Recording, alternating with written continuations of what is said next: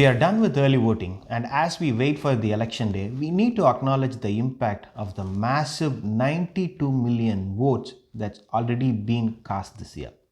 There are millions of mail in ballots still outstanding, which means the final early voting tally could be well above 100 million mark, and the odds are looking good for us to hit 150 million votes this year. So, who is winning? As of today, I would say the people of the country. Voter participation is the key to a healthy democracy. When less people vote, it shows their distrust in the system. When the opposite happens, it's a truly victory for the democracy. It's a true victory for the democracy. But seriously, who is winning? Before we get there, we need to address one big mystery in the election puzzle. Why do polls tighten before the election day, or why do polls swing so much before the election day? There are several factors to it. Number one, please do understand whenever you are reading a poll, the time it was taken and recorded is already gone. There is every bit of a chance that by the time you are reading and analyzing them, things on the ground has already moved. The reason polls move fast when they get to the end is because that's when the undecideds and people who keep jumping from one side to another have to sit down and make a decision. They really don't have the time to be undecided anymore. And there is not enough time to keep switching back and forth either. It's over. When the outliers, the sitting on the edge people, come back into the fold, revealing their final preference, the polls start moving. Now multiply that with hundreds of pollsters across counties, districts, and states. Now you see at times a wild swing in polling data. At times the distance between the two candidates tighten, or one candidate captures the momentum and sustains it all the way through the end of the election day. The momentum shift is exactly what happened in 2016. Since mid-October 2016, the momentum completely shifted in favor of Donald Trump and he kept gaining. James Comey poured TNT into the slow fire and turned it into a raging fire. The momentum carried further and further, helping Donald Trump win. There is one crucial difference this year compared to 2016. Back then, it was more of a single day election and less of an early voting election. But this time, the concept has completely flipped. This is more of a month-long election and less of a single day election. The entire country has been voting for more than a month now. So unlike earlier years where October surprises and new information had the potential to move voters and swing the election, this year most of the votes have already banked, making the impact of news and new information less and less valuable as we approached the election day. I expect the polls to swing a bit more widely as we get closer to the election day. The pollsters are doing what they can to separate the yet to vote and already voted. But at the end of the day, they really have no experience to protect the response from the impact of polling an electorate that has more people voted and less number of people who are yet to vote. So due to this factor, I do expect polls to show widely differing results, like the ABC Washington poll showing Biden up in Wisconsin by 17 points. A recent poll from Iowa showing Trump ahead by 7 points, and so on.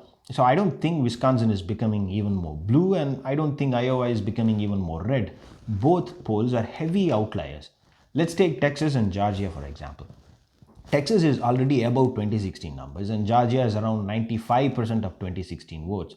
How much higher can both the states go? Maybe they will bring in another 10% of current registered electorate for voting on the election day. Now, how will you conduct polling when, as you get ready to call, the state you are working on has 60% already voted, 10% yet to vote, and 30% is not going to vote?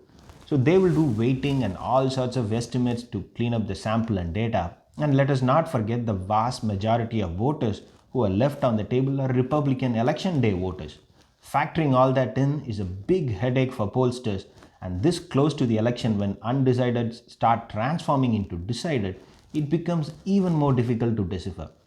So my warning to all of you, the time has come to stop looking into the polls, especially the ones that come out on Monday. Expect wild swings and last minute surges and drops for either candidates.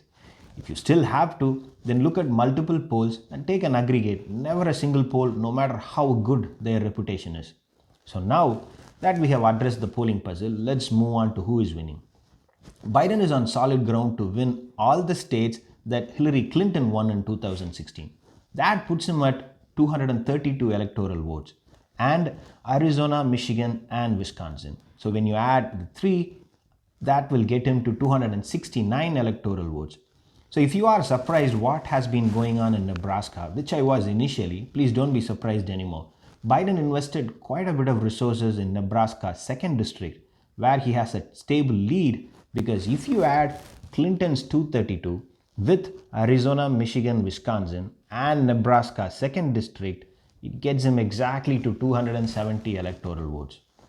Then out of this bucket, and a long bucket at that, Pennsylvania, North Carolina, Georgia, Florida, Texas, Iowa, and Ohio, he needs only one state as the additional insurance to secure his victory. For Trump, he has to win all the states in this long bucket. He cannot afford to lose even a single one. So if you ask me who is winning, I will ask the question back to you. Who do you think is winning? The momentum has not moved one bit in the states that Hillary Clinton had won. They are all deep blue states anyway, and in Nebraska, 2nd district, Arizona, Michigan, and Wisconsin. So that's all Biden needs to get to 270. People keep talking about Pennsylvania all the time. I agree that it's a big price and it can move both ways. But in reality, the one state that threw a big spanner into Trump's path to win is Arizona. Had that state not moved into Save Biden column, Trump's chance to win this election will be completely different. Imagine this. Without Safe Arizona, Biden will have to win Pennsylvania or find a replacement for Pennsylvania in the South. Not an easy job. But with Arizona inside his bucket, Biden can play around in as many states as he wants. So I will leave you all with a secret dream of mine. Imagine if North Carolina, Florida, Georgia, and Texas, all 4 states vote for the same candidate, and it's not Trump. And all 4 of them call their state in the early morning on November 4th. It's not an outlandish thought. Biden has a lead in 3 states and tied in 1, so absolutely possible to happen. It will send a shock wave through the entire political machinery of the United States. Thanks for watching. If you like the content, please subscribe.